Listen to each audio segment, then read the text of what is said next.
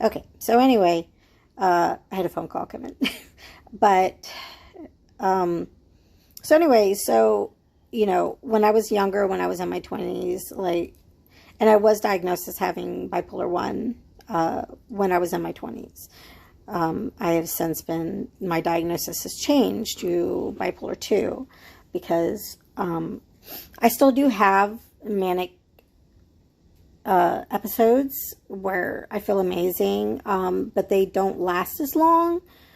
Uh, and I also don't, the things that I do during those manic episodes are completely different than what I used to do when I was younger. Now, if I have a manic episode, like,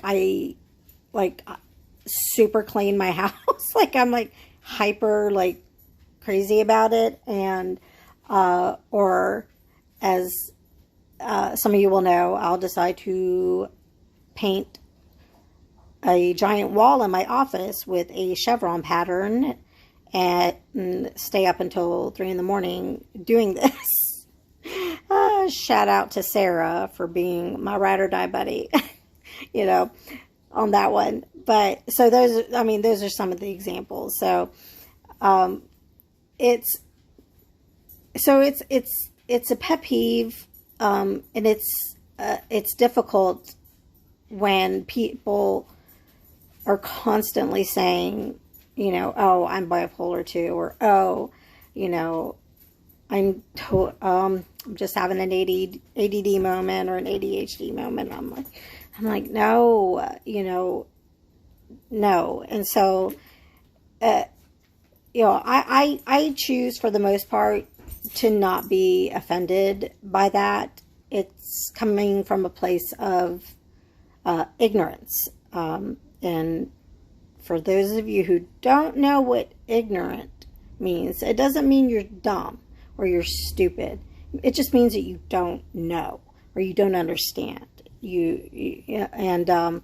So I'm telling you, I'm trying to, and there's many other people out there who do try to educate as far as their mental health issues and what they really mean. With ADHD, I was diagnosed when I was very, very young. The only time I was ever on honor roll was when I was medicated. I very much struggled all the way through school. And that doesn't mean that I'm not intelligent. I'm very intelligent. But I knew very early that college was not going to be for me. Unless it's something that I'm really interested in, it's virtually impossible for me to just sit there and listen to someone talk about stuff. I just can't, but I love learning. Some of I love documentaries. Like, I will choose documentaries, like, over TV shows, like, a lot of the times. Like, I love documentaries.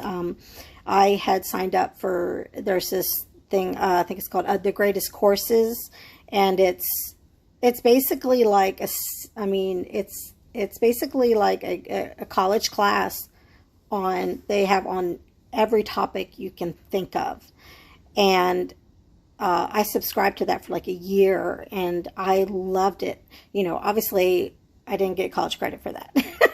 You don't get college credit for that, but it was just because I wanted to learn, and I enjoy learning new things and about new things, and, but it has to be something that piques my interest and something that I really want to know about. If I don't, I get bored. I can't, and without even really realizing it, I'll start piddling on my phone, which I do a lot anyway when I'm like watching TV or something. Like, I'm always like doing other things as well. But yet a lot of times the multitasking can be very difficult for me. Lists are an amazing tool for me. I think I was in second or third grade when there was an issue where I was never getting my classwork done. And so I was constantly having to bring home my classwork because I didn't finish it while I was at school, you know. And so my dad came up with the idea to, and he got me a little notepad, and every day, and I had an amazing teacher too, as well. So, and she wanted to try to figure out how to make this easier for me, because she knew I wasn't just not doing my classwork because I didn't want to do it. I just, you know, again, I would get distracted, or I just wasn't able to stay on task, and then I would forget what I was supposed to do, you know. And so every morning I would go in and I would open my notepad, and my teacher and I would write down all the assignments for the day, and then I would just cross them out as I completed them. And just that little thing made a huge difference, and I still do that to this day. My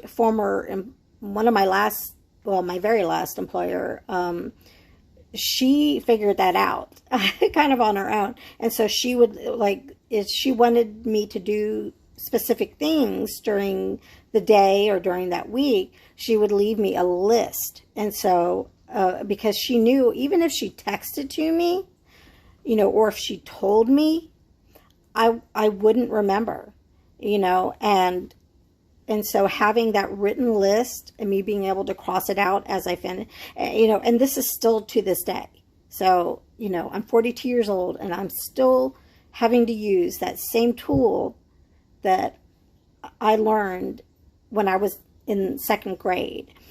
So, and I am on, you know, medication now for my ADHD, but you know, medication, it's not a cure. Like, there's no cure for having bipolar or having ADHD.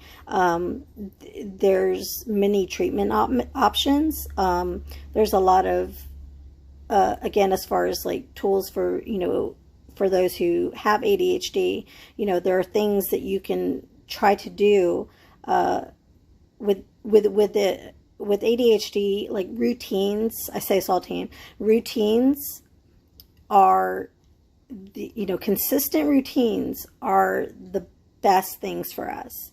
And if our routine is interrupted, it completely throws everything off. One of the things, you know, that I had to finally get my mom to understand, you know, when I was still living with her when she was alive. See, I still start emotional. But as her health declined, I started not only taking care of my animals, but I started taking care of her 2 dogs as well. And so I had a system. And, you know, one of my cats was one of my last foster cats was on medication, you know, and so as well. And so I, you know, again, I had a routine, and my mom would come and try to talk to me about something while I was doing this, and I would completely forget if I had put the medication in my cat's bowl, or, you know, and I would be like, Mom, like, you know, you can't talk to me while I'm doing this. Like, you know, and now I don't remember, you know, if I put my cat's medication, you know, in his food or not, you know. And, you know, and that was like that was a big deal, you know, and it was very frustrating, you know, and it wasn't her fault, you know, I mean, and it wasn't my fault. It's not my fault either. You know, I try very hard, you know, and one of my more funny examples that I use a lot is, and many of you probably have heard, but is the case of the new loofah. When I moved to Oregon, and when I first got there, I guess I forgot to pack my my bath loofah. But I still had my one loofah that had like, it was for my back, so I had like the stick on it. And so, and I kept forgetting to buy a new loofah, but there was a lot going on, obviously. I mean, I was starting a new job. I lived in a duplex, and I had to drive like an hour there and back every day. And I just kept forgetting to buy a new loofah. And so finally, I mean, this was like months after I'd moved there. So I'd been using this back loofah as my everywhere loofah, And so I finally remembered to buy a new loofah. And the first shower I took, I showered and everything, and I got out and I realized I had wet my hair, but I hadn't shampooed it or conditioned it. Like, introducing that one thing into my routine threw me off.